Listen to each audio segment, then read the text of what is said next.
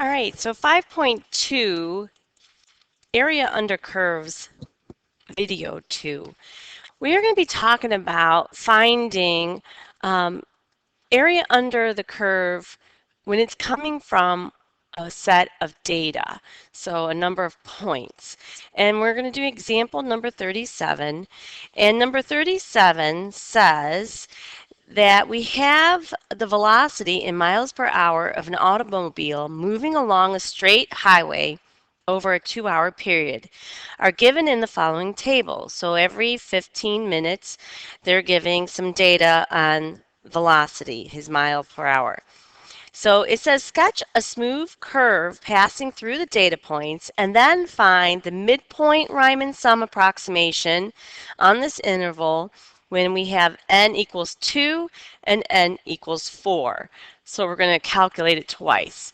So just from here, knowing this is our time and these are going to be our miles.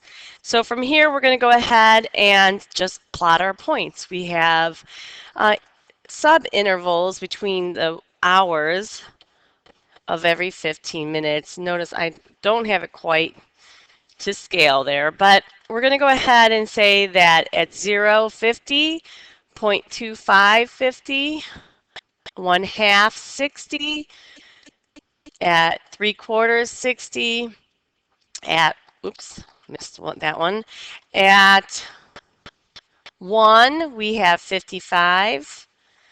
At 1.25, we have 65.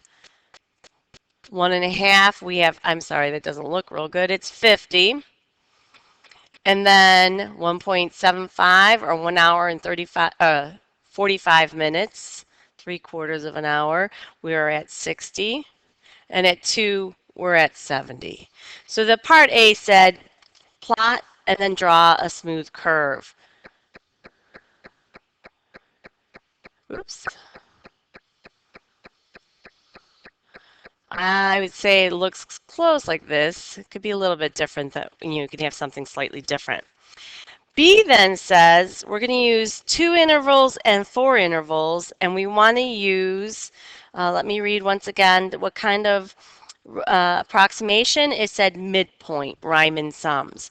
So we're going to do the midpoints. So when n is 2,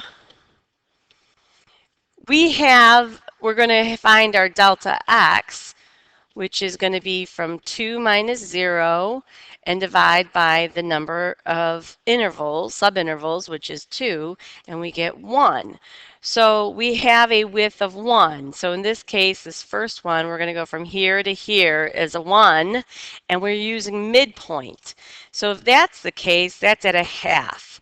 So what I'm going to do, because I really don't have a true function for the height, I'm going to go ahead and use this value since I have a data point at 1/2 or 0.5, which is 60. So from what I'm going to do to find the area, approximation of the area, we know we have a width of 1 for my delta x, and we see that the point for the height is 60 at 1/2. And the next interval from 1 to 2, halfway through, would be 1.5, and we can see our midpoint would hit the function or the graph at the data point 50, and then we have approximately 110 would be our area. So then the next step said, though, try it for when n equals 4. And if that's our case, our delta x then now becomes 2 minus 0 divided by 4, or 1/2 is our width. So for 1/2, I'm now looking at from 0 to this distance, and I need the half midpoint. So that's using the 0.25 data point. And then if you notice, then the next interval will be this data point. And the next interval, this is our midpoint. And the next interval, so I have 1, 2, 3, last one, this is our midpoint. So the data is in the table that we want to use. So I want to go ahead, I'm going to go basically starting at, this is my data, I'm going to add the width of 1/2. So from 0.25 to 0.75. From 0.75, I'm going to go to 1.25, and from 1.25, I'm adding another half. I've got 1.75. So those are my 4 data points that I'm going to use in my rectangular approximation. So I have 50, 60, 65, and 60. So for 4, my area approximation is a width of 1/2 times, and we said 50, 60, 65, and 60. So from here, our approximation, when we calculate it, becomes approximately 117.5.